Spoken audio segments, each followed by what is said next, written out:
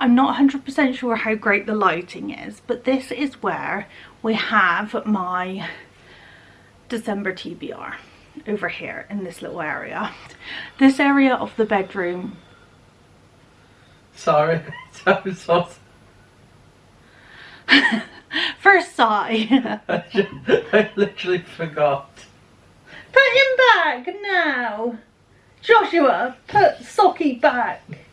Leave Socky alone. The only books in the bedroom now are the bedside tables. I have two, and they've got all my books on that I'm planning to read on the upcoming month.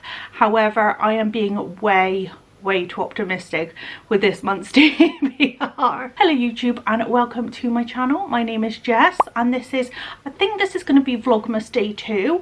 I do have a video I filmed like a week ago, which is going to be Vlogmas Day 3, even though it's from a week ago.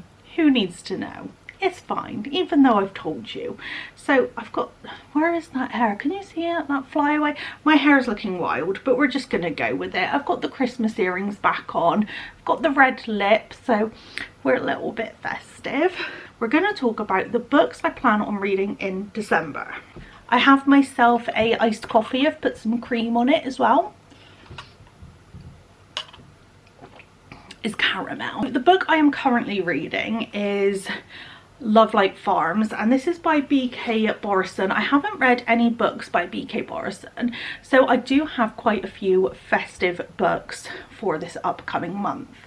So this is the book I'm currently reading, and it is about our main character, Stella, and she lied on an application to win this competition that she owns this Christmas tree farm with her boyfriend.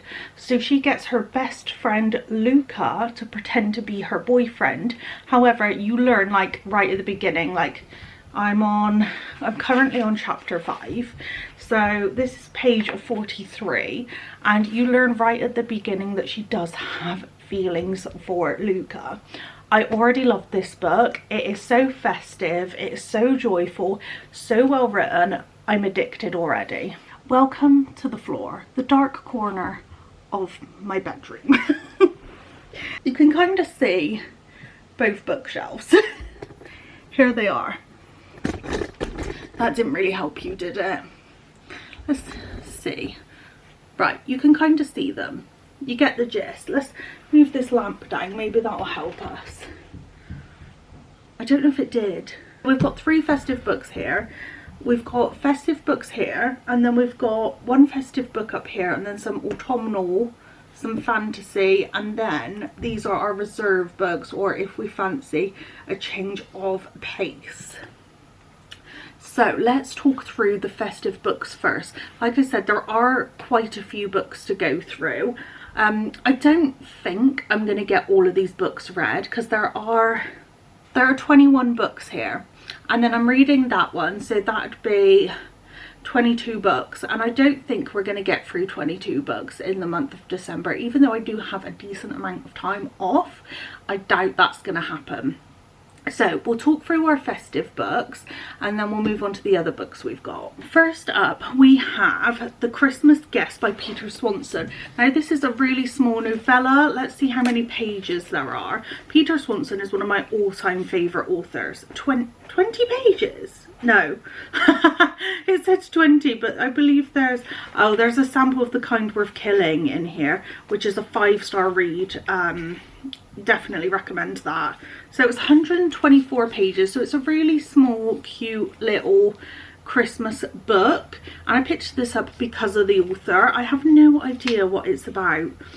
When Ashley Smith, a bright-eyed but lonely American studying in London, is invited to spend Christmas with her classmates' family at their Cotswolds Manor house, it seems like a perfect country ideal. I don't know how to say that word. However, seems perfect. Okay.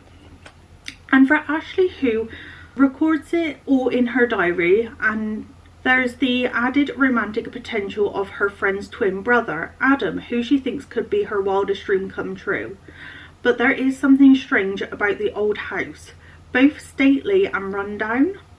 What could the motives of the mysterious Chapman family be, and what holiday rumours might be lying within? So it doesn't give much away, but I think it's gorgeous to look at. I think it's so beautiful, but it's just a little one. Next up we have The Plight Before Christmas.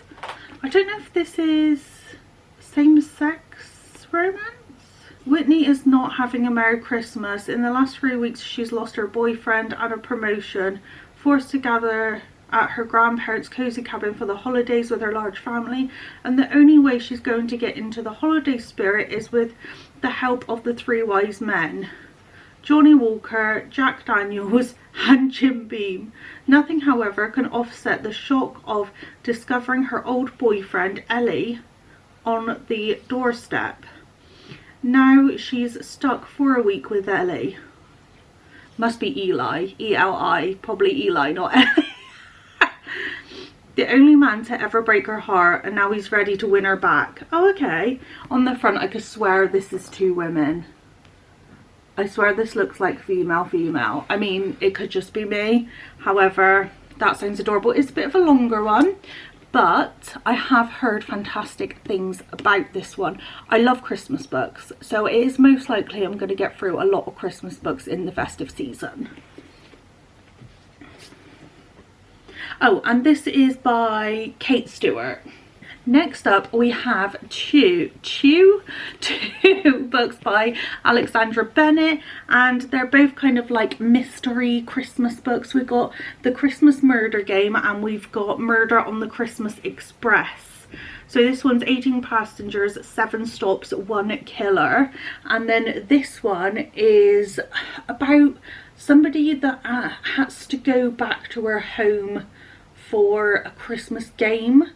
So I know a little bit about this one. They seem like they remind me of like Poirot type books. I'm really looking forward to get into these. I might even do a video where I read these 2 and the one by Peter Swanson. So the 2 kind of mystery books and then the thriller book. So I might do a video reading those 3. I think that could be fun for a Christmas reading vlog. Next up we have Just Like Magic by Sarah Hogle. I think that's how you say her name. She has read some other written some other romance books, but I haven't read any by her. So this one is All I Want for Christmas. Oh, who cares? While Betty Hughes boasts an extravagant lifestyle on social media, the reality is quite the opposite. She's broke and her family have no idea. With the pressures of the festive season looming, Betty drunkenly plays a record of All I Want for Christmas Is You backwards and accidentally conjures up Paul, a charming handsome man who's the literal embodiment of Christmas spirit. So it's grumpy sunshine romance. Really looking forward to this one. I love it when you've got a character in a book that's super festive as well. So this sounds like it's right up my street. I have three books here, all by Jenny Bayliss. So she seems to be quite the Christmas writer, if you will. So the first one we've got is Meet Me Under the Mistletoe. This one I have heard mixed things about. So it's the wedding of the year. A winter wedding of school friends should be the highlight of Norrie Noel's festive calendar, but the group has long since drifted apart, and Norrie is dreading the lavish week-long affair. Still, she supposes being the only single person, it means that she gets a king-size bed in an idyllic castle venue all to herself. As the champagne flows, the years roll back, and soon the air is alive in old sparks and old tensions.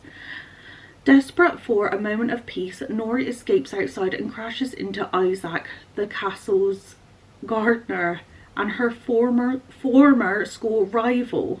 Nori and Isaac have more in common these days than they could have ever imagined, but as she steals more time away to spend with him, Isaac reveals an astonishing secret about his past. Nori is in a unique position to help right this wrong, but uncovering the truth might mean pushing Isaac away once more. Oh, that's interesting. I like that it's around a wedding and it's not our main characters. I find that sounds quite fun. And then we've also got a December to Remember, and this is also by Jenny Bayliss.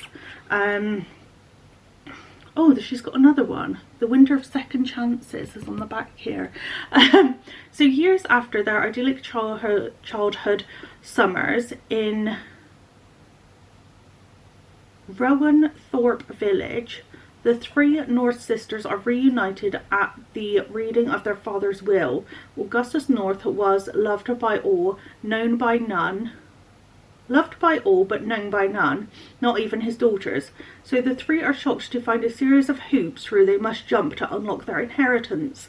The last thing any of them wants to do, but the sisters desperately need the money, and they are in no position to rebel against their father's final wishes. Okay, that doesn't sound overly Christmassy. We'll see. It still sounds good. Like, I love the inheritance games, and I love inheritance kind of thriller or mystery aspects, but doesn't give me festive vibes. And then we got this one. I don't know what I've done to the cover there. I don't know if you can see. I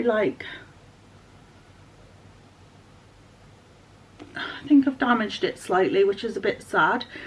The 12 Dates of Christmas. Now, I believe she goes on 12 dates with 12 different guys. On the first, I think this might even be a film as well now. I'm not sure. Anywho, Kate Turner is happily single. A bit too happily, in fact. Since returning to her hometown, the sleepy village of Blexford, she's been catching up with her oldest friends, Laura and Matt. Working on her flourishing career as a fabric designer and taking care of her beloved dad. Love isn't really had a look in, but Kate does love Christmas. So when Lauren says she signs up to the 12 Dates of Christmas, a brand new dating app service, she doesn't need too much persuading. 12 perfect festive dates with the area's most eligible men. Okay, this sounds fun. I like the idea of this one. That sounds like a good laugh. So if I want something cheeky, I know what to pick up. So these all sound quite different, all from the same author. I think the wedding one and the 12 dates I'm more interested in. I do like the sound of the inheritance ones, it being around sisters, but doesn't feel as festive. Next up, we have One Last Gift by Emily Stone, and this is about, I can't remember names. So Cassie and her brother Tom, and Tom's best friend Sam. So the three of them used to kind of have some sort of Christmas tradition, I believe. They used to like kind of bond together, and now they kind of spreading their wings, doing their own thing. And I believe her brother leaves Cassie like following a trail to one last gift, and suddenly seems like an ending promises Cassie something surprising, remarkable and new. So I think she's a bit lost, and the one last gift is what her brother gives her. There isn't anything that kind of gives any festive vibes to this. So the cover is quite festive, but there's nothing on the back that indicates anything to do with Christmas. It just sounds really sweet. It also sounds like it could be quite sad.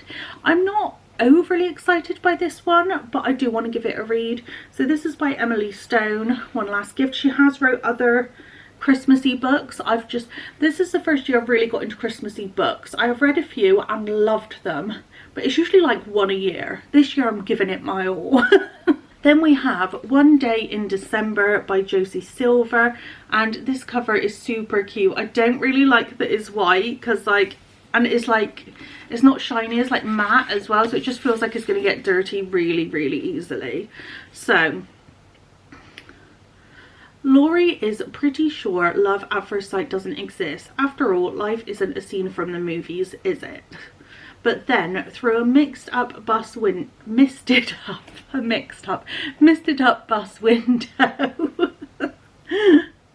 one snowy December day, she sees a man who she knows instantly is the one. Their eyes meet, there's a moment of pure magic, and then her bus drives away.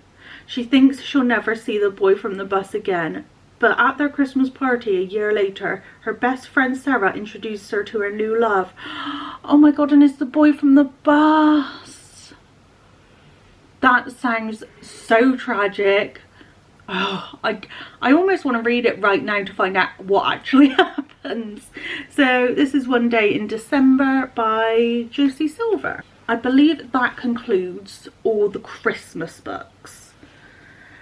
And then I am so eager to pick this up, and I just feel like One Dark Window, like it gives like winter vibes. I feel like this is the type of book, like type of fantasy book you want to pick up in the dark kind of cold evening. So this is by Rachel Gillig and it's a duology. The second book is out but I haven't bought it yet.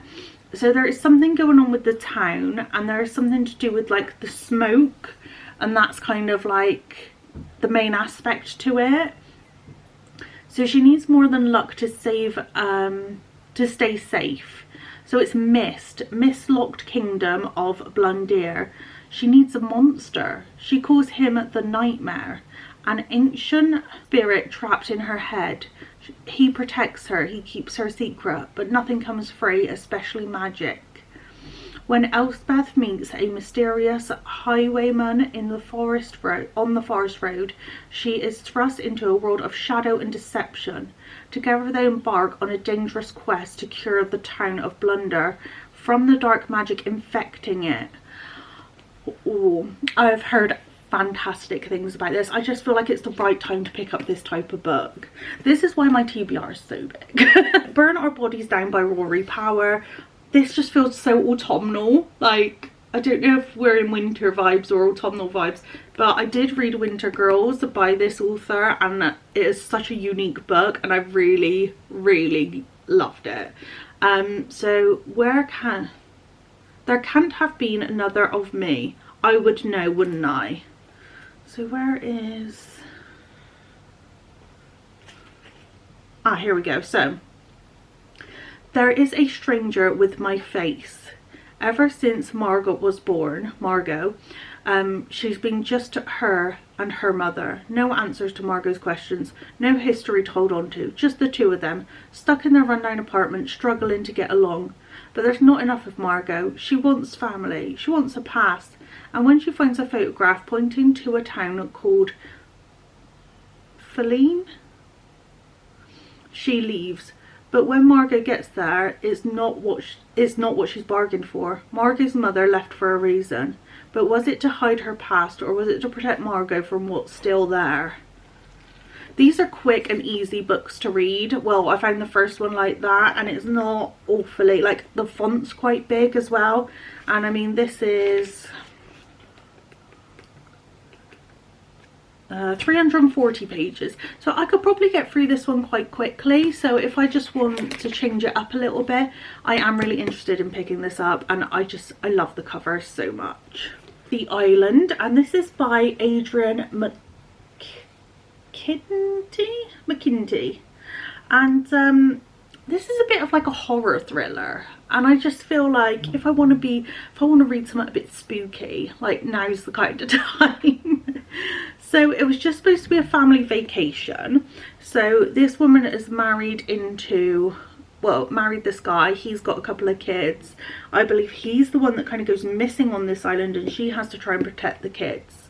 I don't think it's overly scary, but I'm scared quite easily. So this is just one to maybe switch things up a little bit. Then I've got You Again, which is by Kate Goldbeck, and this is a When Harry Met Sally retelling. This is just, I don't know if I'm going to get to this one, just because although it is beautiful autumnal vibes, I believe this is going to be like a January read where it's still cold, but I want a cute cozy like romance. But I've got it next to me just in case I fancy picking it up. It's just like, it's beautiful. I love this cover. Yeah, so I am really interested to reading it, but I've got my Christmas cozy like for romance at the moment, so this is just on there as a maybe, as an option, as potential. And almost same again with this one, Funny Feelings by Tara Dewitt, and I did choose this book for the cover. I absolutely am in love with this cover. So she's a comedian, he's her manager, and it's single dad romance. What more do you need to know? It's a beautiful cover and a single dad romance. Sign me up, yes please. Then these ginormous books. So I got a couple of fantasy books here.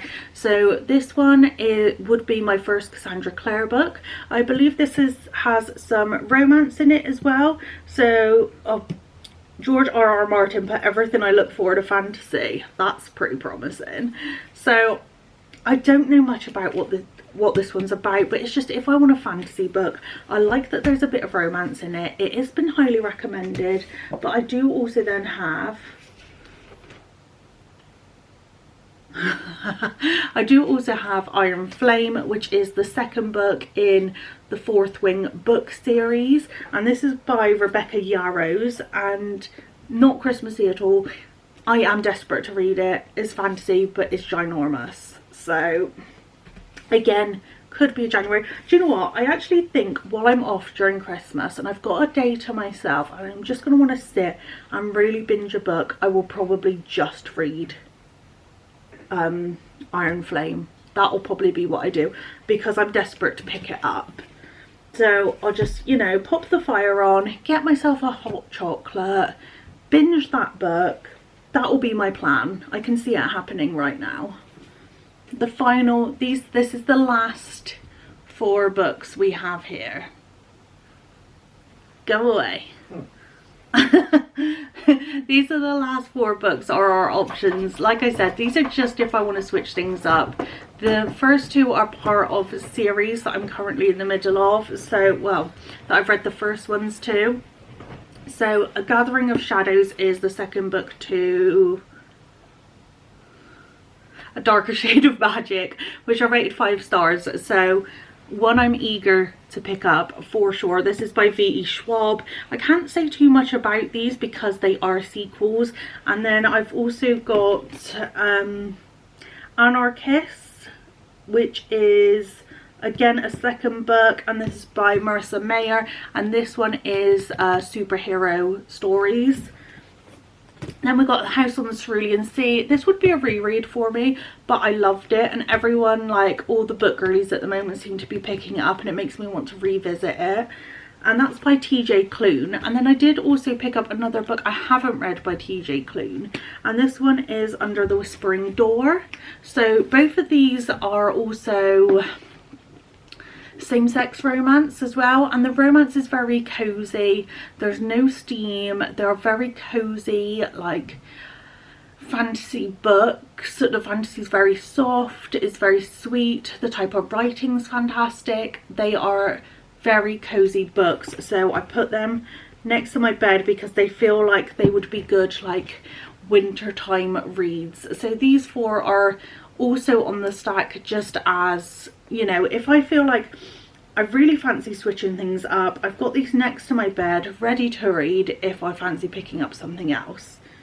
So I've pretty much shown you all the books I might read in December. I'm calling it my December TBR, but it will be a lot of mood reading. Like, I've got a lot of Christmas books there, and I love the festive season, but I don't know how sick of Christmas books I'm gonna get. Like, I told you I'm currently reading Love Light Farms. This is my second Christmas book of the month already. I have finished one, but I decided I'm not gonna talk about it because that will be in my wrap up anyway. So on the second one, and absolutely loving this book. I hope you got some good ideas as to what to read this festive season. I hope you enjoyed looking at my cute little nighttime reading corner. You got like Socky next to me. I hope you enjoyed this video. like I said, tell me if you've read any of these books. Tell me if you're looking to read any of these books. I plan on doing a couple of reading videos throughout the month. I cannot wait for Christmas. I'm gonna start my Christmas wrapping any day now. So I'm really finding everything super festive, super fun. I hope you have a super duper good one. I just think I need to show you my slippies. Look how fun my slippers are. Aren't they the cutest things you've ever seen? Okay, I'm going. Goodbye.